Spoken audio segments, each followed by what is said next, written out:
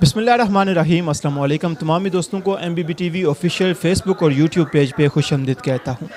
नाज़रीन करम, आज के प्रोग्राम में जो शख्सियत मेरे साथ मौजूद हैं वो ज़िला मीरपुर और चिक्सवारी के अंदर किसी भी तारफ़ के मोहताज नहीं हैं। साबिक़ general secretary district bar association Mirpur और सदर पीपल्स लैंड फोरम ज़िला मीरपुर आज़ाद कश्मीर चौधरी बिशारत एडवोकेट साहब आज हमारे साथ प्रोग्राम में महफ़िल गुफ्तगू होंगे। सबसे पहले तो मैं बिशारत साहब का शुक्रिया अदा करता हूँ कि इन्होंने MBB TV की टीम को टाइम दिया ताकि हम इनसे गुफ्तगू कर सकें। अस्सलाम वालेकुम बिशारत साहब, कैसे हैं आप? ठीक हैं? सलाम जी, अल्लाह का करम है, आप ठीक हैं। मैं आपका भी शुक्रगुज़ार हूँ, आपने वक्त निकाला और मुझे मेरा पॉइंट ऑफ व्यू आवाम के सामने पेश करने का मौका दिया। जज़ाकल्लाह। अच्छा बिशारत साहब, वकालत के शोबे में जाने का इत्तेफाक कैसे हुआ? आपका अपना शौक़ था, वालिदैन की ख्वाहिश थी, या किसी वकील से मुतासर होके आपने इस शोबे को अपनाया है? ये मोहसन साहब, ये इत्तफाकन ही मैं समझो इसमें गया हूँ। मेरा शौक़ जो था वो सहाफ़त थी। मैं आपको सच्ची बात बताऊँ, सहाफ़त ये रवायती सहाफ़त नहीं थी। मैं मास्टर्स करना चाहता था मास कम्युनिकेशन में। मैंने ग्रेजुएशन की तो मेरे दोस्त थे मरहूम इश्तियाक चौधरी, जो पिछले दिनों कोविड में फ़ौत हुए। उन्होंने इकट्ठे ग्रेजुएशन की।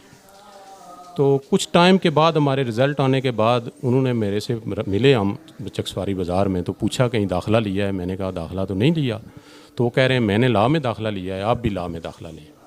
तो उनके मोटिवेट करने पे मैंने लॉ में दाखिला लिया। वो बदकिस्मती से छोड़ गए, उन्होंने लॉ मुकम्मल नहीं किया और मेरी किस्मत में यहाँ ही रोज़ी रोटी थी। मैंने मुकम्मल किया और आज माशाल्लाह वकालत कर रहा हूँ। क्या समझते हैं कि आपने कहा जी कि मैं सहाफ़त में जाना चाहता था, सहाफ़त का आपको शौक़ था, क्या समझते हैं कि वकालत के शोबे में रहकर आप अच्छी तरह से अवाम की खिदमत कर सकते हैं, या आप सहाफ़त में होते तो इससे भी बेहतर तरीके से अवाम की खिदमत कर सकते थे? खिदमत अवाम की तो मैं समझता हूँ वकालत के शोबे में ज़्यादा बंदा बेहतर अंदाज से कर सकता है। सहाफ़त, मैं एक नकाद भी हूँ।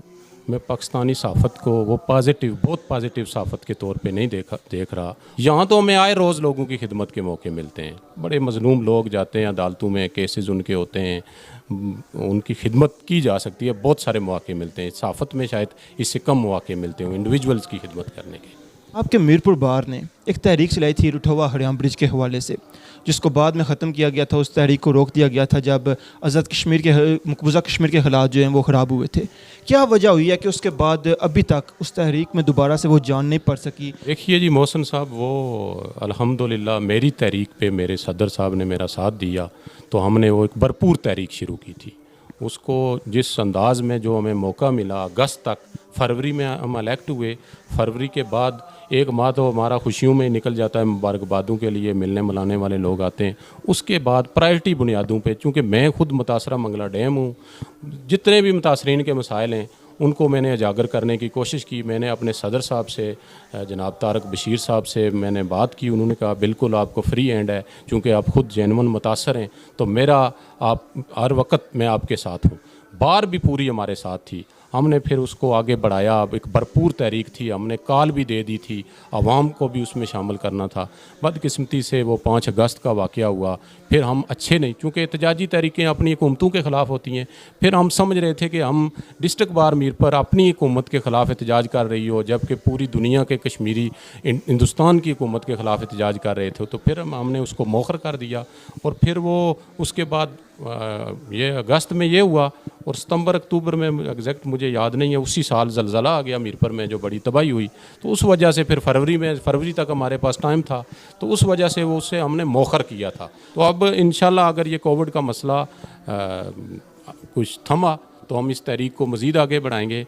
एक बात मैं छोटी सी अब इसमें इजाफ़ा करना चाहूँगा। पिछले दिनों हमारे सिविल सोसाइटी ने भी एक तहरीक शुरू की थी, गालबन पिछला साल या इस साल के शुरू में थी। आप भी मेरे ख्याल में उसमें शामिल थे। उस वक़्त लोग लीड कर रहे थे, हमारे उसमें सियासतदान भी सारे थे, सिविल सोसाइटी के लोग भी, आप साफ़ी भी उसमें मौजूद थे। तो मैं खुद उसमें शामिल हुआ और मैंने ऑफ़र किया कि मीरपुर बार आपके साथ है। तो वो जो फ़ैसले हुए, मैं ज़ाती तौर पे उससे इख्तलाफ करता था। मैं उन दिनों भी मेरा एक इंटरव्यू भी हुआ था। मैंने कहा था कि मैं उम्मीद कर सकता हूँ, अल्लाह करे इसमें हमें कामयाबी नसीब हो, लेकिन जिन लोगों ने हमारे साथ वादे किए हैं मुझे पता है उनके पास ये रठोआ रियाम ब्रिज बनाने का कोई मैंडेट नहीं है। और फिर वैसा ही हुआ वो। तो अब इंशाल्लाह हम बिल्कुल तैयार हैं। इस माह ही अगर हमें टाइम मिला, कोविड का फिर मसला ना हुआ, तो 1 माह के अंदर अंदर हम उस तहरीक को भरपूर अंदाज में आगे बढ़ाएंगे। तो क्या समझते हैं कि आज तक जो भी हमारे लीडर हजरात हैं, जो चिक्सवाड़ी इस्लामगढ़ हल्का L2 के लीडर हैं, बेहतर तरीके से अवाम की नुमाइंदगी कौन कर सका है?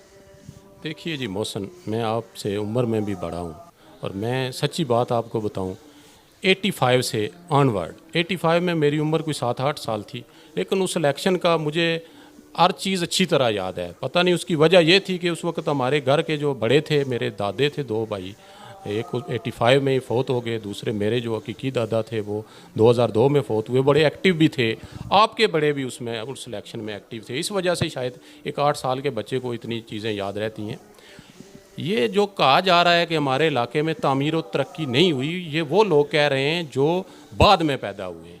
मैं आपको बताऊं, 85 के अंदर हमारी यूनियन कौंसिल को अगर ले लें, 1 मीटर सड़क भी पुख्ता नहीं थी। खंडा मोड़ से डांगरी तक जो सड़क आ रही थी वो ईंटों की बनी हुई सड़क थी। उसके अलावा कहीं कंसेप्ट ही नहीं था किसी गली का, किसी पुख्ता सड़क का, कहीं भी तस्वर नहीं था। अल्लाह की मेहरबानी से आप देखें, मैं कोई पैमाश तो नहीं की, अंदाज़ा मैं कर चुका हूँ कई बार, मेरी यूनियन कौंसिल में 500 किलोमीटर से ज़्यादा वो पुख्ता गलियाँ सड़कें कुल मिला के बनती होंगी। इसके अलावा उस वक्त बिजली का बड़ा मसला था। 85 में मेरे घर में भी 85 में बिजली आना शुरू हुई। 85 में मेरे ख्याल में 10% हमारी यूनियन कौंसिल के घरों में बिजली लगी हुई होगी।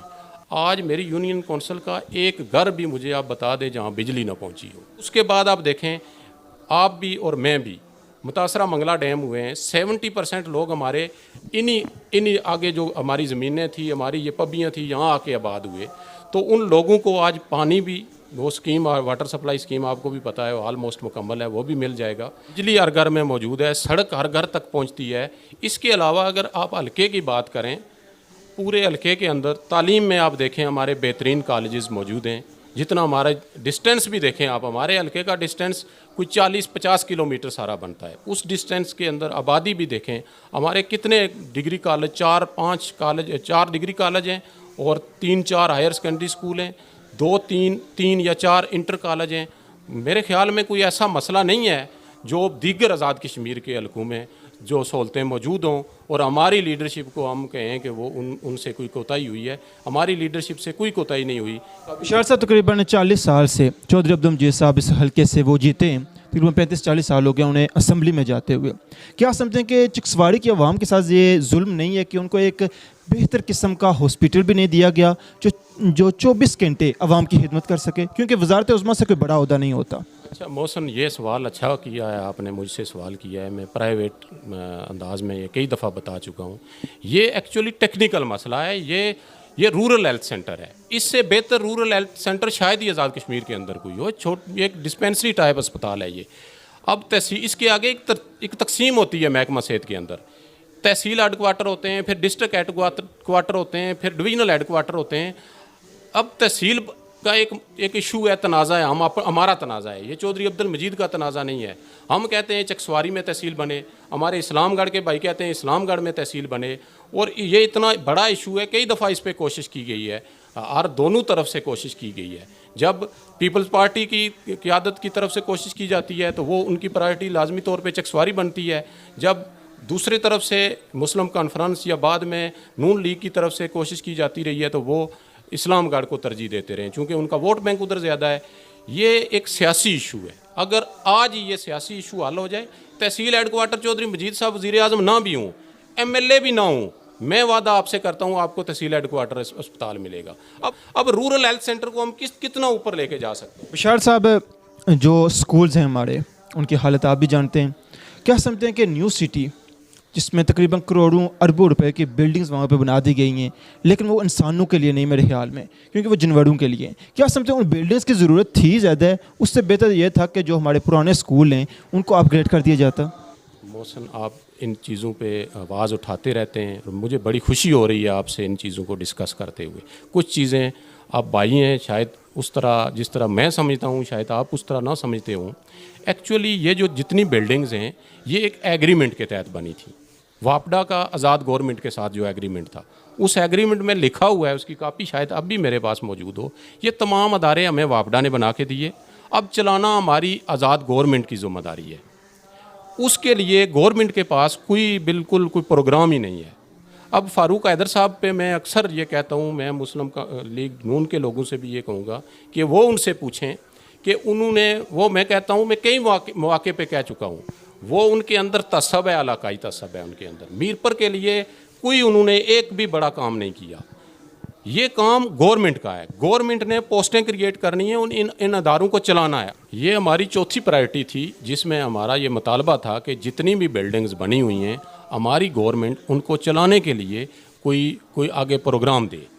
तो उस पे बिल्कुल गवर्नमेंट की कानून में जूं तक नहीं रहेंगी, और इंशाल्लाह अब ये तहरीक अगर शुरू हुई तो ये उसका हिस्सा है। इलेक्शन बिल्कुल करीब है, क्या समझते हैं कि हल्का L2 चिक्सवाड़ी इस्लामगढ़ से MLA कौन बनेगा? इंशाल्लाह चौधरी अब्दुल मजीद साहब 8वीं दफ़ा MLA बनेंगे। अजीम बख्श चौधरी साहब ने काफ़ी ज़्यादा काम करवाए हैं हल्का L2 चिक्सवाड़ी इस्लामगढ़ में। क्या समझते हैं कि अगर मुस्लिम लीग नून का टिकट अजीम बख्श मिल जाता है तो चौधरी मजीद साहब के लिए कोई टफ टाइम नहीं होगा? अच्छा जी, अजीम बख्श साहब वो बेशक मेरे सियासी अपोनेंट हैं, मेरे बड़े करीबी दोस्त हैं। ये आपको शायद पता है, अजीम साहब को तो पता ही है, ये मैं इस मीडिया की वसात से कह रहा हूँ। मैं कहता हूँ अजीम साहब से सियासी बुनियादों पे भी कई दफ़ा बात हुई है। एक माइंड सेट जिसके साथ वो पिछले 10 सालों से चल रहे हैं, एक भी आपके टीवी चैनल पे आके जिनकी वो सपोर्ट कर रहे हैं उनमें से एक भी बंदा कह दे कि अजीम बख्श को टिकट मिला हम उसके साथ होंगे, मैं भी अजीम बख्श के साथ होगा। अजीम बख्श बेचारा जज्बाती बंदा है, ये लोग उसे अपने साथ मिला के उससे खर्चे भी करवा रहे हैं। अजीम बख्श जो काम करवा रहा है वो ज़्यादातर अपनी जेब से ही करवा रहा है, तो वो उसे इस्तेमाल किया जा रहा है। अजीम बख्श बुनियादी तौर पे, मैं आज भी कहता हूँ, मैं भी इख्तलाफ रखता रहा हूँ, अब भी रखता हूँ अपनी क़यादत से, आज भी मेरे अपनी क़यादत से कई चीज़ों पे इख्तलाफ हैं। अजीम बख्श बुनियादी तौर पे पीपल्स पार्टी का आदमी है, उसके वालिद ने पीपल्स पार्टी की हल्का नंबर 2 के अंदर के आज़ाद कश्मीर के अंदर बुनियाद रखी। चौधरी अब्दुल मजीद साहब बाद में उसमें शामिल हुए, नज़रियाती तौर पे वो जियाला है। उसके इख्तलाफात हैं क़यादत के साथ, बिल्कुल होने चाहिए। उसका मतलब ये नहीं है कि आप यहाँ से वहाँ, वहाँ से वहाँ। ये मेरा भाई है, मैं उसको ये मशवरा देता हूँ, आप अपनी पार्टी में आएँ, यहाँ आपका फ्यूचर है। मैं समझता हूँ कि शायद मेरे से कोई चौधरी साहब के बाद कोई और आए, कासम मजीद साहब हूँ, कोई दूसरा हमारी पार्टी में से हो, उससे वो शायद बेहतर हूँ, तो हम सब उनके साथ चलेंगे। उनका वो कब PML में गए, वो जो पीपल मुस्लिम लीग बनी थी, वहाँ भी एडजस्ट नहीं हो सके। और मैं कहता हूँ ये उसको अजीम बख्श अपने ज़मीर से पूछे, वो नून लीग में भी एडजस्ट नहीं है। जिस अंदाज से जहाँ उसकी आवाज़ सुनी जा रही थी, उनकी भी शायद आगे आवाज़ नहीं सुनी जा रही, तो वो अपनी पार्टी में आए। मैं उसे दावत देता हूँ, आज मैं उसके साथ हूँ। और मैं आपके चैनल की वसातत से ये बताना चाहूँ कि आज भी चौधरी मोहम्मद आज़म की खिदमात पीपल्स पार्टी के लोगों के जहनों में हैं, और वो उनको उसी कदर की निगाह से देखते हैं। उनके बुलंदी दर्जात के लिए हम दुआगो भी हैं, और हम उसको जो असास है पीपल्स पार्टी की, जो मंबा है पीपल्स पार्टी का, वो हम तंगदेहो की बजाय मोड़ात्याल को समझते हैं। और मुझे फ़ख्र होगा अगर मैं पीपल्स पार्टी का कारकुन होते हुए चौधरी अजीम बख्श के पीछे चलूँ। मैं सच्ची बात आपको बता रहा हूँ, अजीम बख्श को अपनी पार्टी में आना चाहिए। बहुत शुक्रिया जनाब शरारत साहब, आपने हमें अपना टाइम दिया। हाँ तो नाज़रीन, आज के प्रोग्राम में हमारे साथ मौजूद है साबिक़ general secretary district bar association Mirpur और ज़िले सदर peoples law reform Mirpur Azad Kashmir Chaudhry Bisharat advocate साहब। उम्मीद करता हूँ कि आप तमामी दोस्तों को आज का प्रोग्राम पसंद आया होगा। इंशाल्लाह मिलेंगे नेक्स्ट वीडियो में, तब तक के लिए इजाज़त दीजिएगा। पाकिस्तान जिंदाबाद, आज़ाद कश्मीर पाइंदाबाद। अल्लाह हाफिज़।